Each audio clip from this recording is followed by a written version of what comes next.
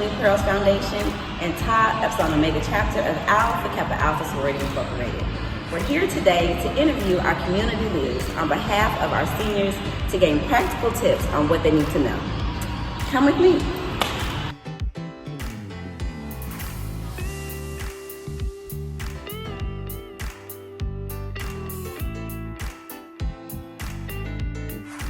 Hi, Fire Chief Elmore. Hi, how are you? I'm well.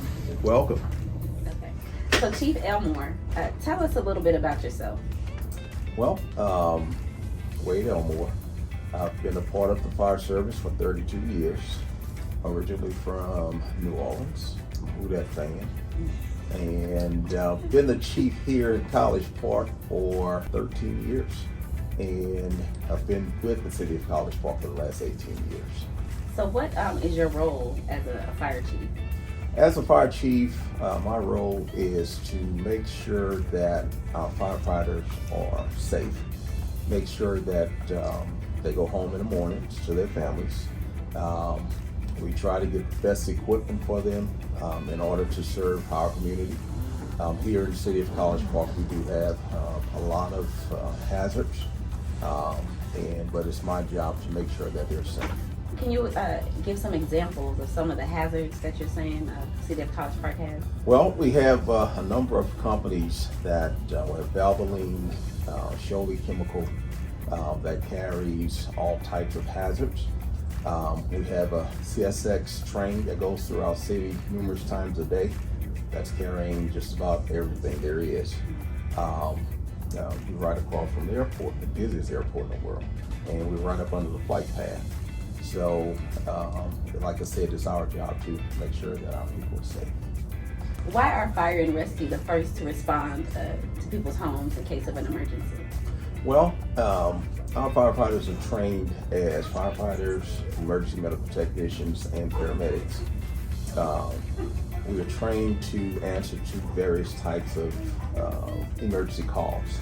That's whether it's a car accident, whether it's a fire, whether it's a hazardous materials incident. Mostly, I would say 80% of our calls are emergency medical calls. So our firefighters are able to treat patients in an emergency setting. We could do the same thing as an ambulance would do with our EMTs and our paramedics. Can you give us an estimate on the amount of calls you answer that are related specifically to seniors? Not specifically for seniors, but I know last year we responded to well over 7,000 calls, and I would say about 6,500 of those calls were emergency medical calls. Anywhere from chest pain to stroke to maybe a broken leg, I would say cardiac arrest, all types of, like I say, emergency medical calls, and it's about, I would say, a little bit over 80% of the calls that we respond to. With our firefighters here in the city of College Park, they treat every patient they go on that they respond to just like their family members. So they try to make them feel real comfortable, and they're honest with them. So, I mean, if it's something that's serious where they need to go, we do our best to, I won't say persuade them, but talk to them so they would go on and get transported. I know here in the city of College Park, we have 2 ambulances. We don't call them ambulances because we don't have a transport license. The only time we could transport if it's a life-threatening situation, if it's cardiac arrest, if it's a stroke, stabbing, or gunshot, we could transport. But other than that, we would have to sit on the scene and wait for Grady. Grady ambulance normally comes and provides the transport to the hospital. Can you give some examples of how seniors can remain safe in the city of College Park? Oh, sure. With seniors, we always advise that if they're cooking, to turn their pot handles to the rear of the stove. That's so they won't bump the handle and knock the pot over. We ask that they put stable railings on both sides of the stairs when they're going up and down the stairs. And at night, we urge them to, I would say, put lighting at the top of the stairs and at the bottom of the stairs. If they have any, say, throw rugs, make sure they're slip resistant. Also would say make sure they have working smoke detectors that's in their homes. Where should they place the smoke detectors? Yes, well, I won't say just recently, but the National Fire Protection Agency urges that you should have smoke detectors outside of every sleeping quarters, every bedroom in your home. You should have smoke detectors on each level of your home, whether it's the basement, first and second floor. But they also say you should have them on the outside and inside of every sleeping quarters. I know that's a bit much, but it's safe. Smoke detectors will alert you before if there's a fire, before you're aware, they will alert you. Also, there's carbon monoxide detectors. Make sure that they have working carbon monoxide detectors. Carbon monoxide is a odorless, colorless gas, and it's to keep everyone safe. It's very important to have also. And you should change the batteries out of smoke detectors and carbon monoxide detectors every 6 months. Now, currently they do have a new smoke alarm or smoke detector that they have a 10-year battery.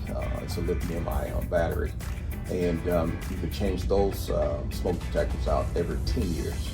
But if you have an older smoke alarm or smoke detector, you should change the battery every 6 months. What does the City of College Park Fire and Rescue Department do to engage with the community? Oh, well, we do a few things. We provide free CPR training to seniors, was for everybody. We do install free smoke alarms, and we partnered with the American Red Cross a few years ago, and they provide the smoke alarms. And so we go out and install, if you're in a single family residential home, we would, and if you're a resident of the City of College Park, we would install smoke alarms. We do have a few firefighters who teach Zumba once a month. And like I said, we do offer free CPR training. I think it's the second Tuesday of every month. I do know we do have a program here called Pulse Point, and we implemented it about, I want to say 5 or 6 years ago. And that's if something happens to someone in a public place, a restaurant or park, and if 911 is called, that's why we offer the free CPR. So regular residents could respond and provide CPR until the emergency responders arrive on the scene. Where is the Zumba class at? Well, they hold the Zumba class at I think it's the Princeton Court Senior Facility, as a matter of fact. And I know they offer it once a month. How did you become a firefighter? Well, let's see. When I started, when I moved here back in 1986, I did work for R.J. Reynolds Tobacco, their corporate headquarters, when they moved here. And after 3 years, I think they went through a leveraged buyout, and a number of employees were laid off. I was looking for something stable at the time. This was around 1992. Got hired on with Fulton County Fire Department, and worked my way up through the ranks. I was there for about 14 years, and they went through, so when Sandy Springs and Johns Creek became cities. So because I was one of the last ones to get promoted, I was going to be laid off. And in, I think it was 2006, I came here as a deputy fire chief. And within, I would say, the first year, the chief at the time left. So I was placed in the interim position, fire chief position, on 3 separate occasions. And in 2013, Mayor and Council appointed me the fire chief. Congratulations. Thank you. Yes. With all these hospitals closing in our area, your only option to transport is to Grady. Right, Grady is the closest. Okay. Now I do know there's Piedmont Fayette, which is a little bit further down. So Grady is the closest. Yes. When is it appropriate to call 911? If it's Well, I would say if it's something serious, but a lot of times you may not know if it's serious or not. So never hesitate to call 911. We would respond, and if we deem that the person doesn't need to go to the hospital, then we will tell them. But if it's determined that they need to be transported, then we will go on and transport them. But never hesitate to call 911, because it's always, you want to be safe. So just call us out, and we will treat the patient right there on scene if we have to. Is it appropriate to call if a loved one has fallen? You need assistance? Yes, we get calls like that all the time. We assist, yes. 2, 3 o'clock in the morning. And but that's what we do. We provide a service to this community, whether it's serious or not. Dial 911, don't hesitate. That is part of our job. So how does firefighters deal with those residents who are experiencing or going through a dementia crisis? Okay, well, normally we get called out, very seldom, but if they're lost and the loved one would dial 911 and call the police and say that they're lost, we would assist the police department, and we have various resources that we work with, whether it's some of the other municipalities, East Point, City, South Portland. We will go out and help search for them.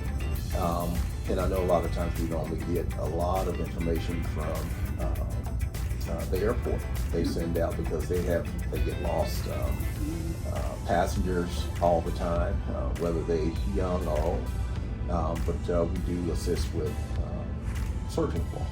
Last question. Yes. Are you a Falcons fan or a Saints fan? A great question. I am a Saints fan, but I'm also a Falcons fan. I've been here 38 years, but I'm not a Falcon fan when they play the Saints. That's the only time. Yes. Well, thank you so much, Fire Chief Elmore. We really appreciate the time you taken to explain to myself and the community and the residents of the City of College Park about how the fire and rescue emergency department, the services they offer, and how you guys work with us. You're welcome. And we're here to provide a service to our community. Like I said, I've been doing this for 18 years here in the city, and would rather do it anywhere else.